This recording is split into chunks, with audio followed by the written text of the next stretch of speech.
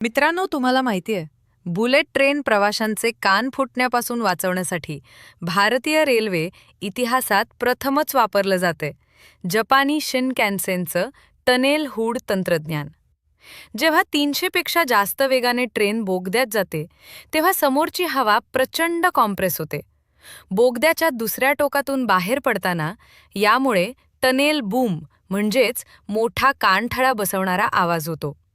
हाच आवाज रोखण्यासाठी बोगद्याच्या तोंडावर हे टनेल हूड लावलेत. यातल्या विशेष खिडक्या हवेचा दाब हळूहळू कमी करतात, ज्यामुळे प्रवाशांच्या कानावर दाब येत नाही आणि प्रवास एकदम शांत होतो. मुंबई अहमदाबाद बुलेट ट्रेनच्या एकूण 8 पर्वतीय बोगद्यांच्या दोन्ही टोकांना हे हूड्स बसवले जात आहेत. महाराष्ट्रात 7 तर गुजरातमध्ये 1 बोगदा आहे. भारतीय रेल्वेच्या या आधुनिक तंत्रज्ञानाबद्दल तुम्हाला काय वाटतं?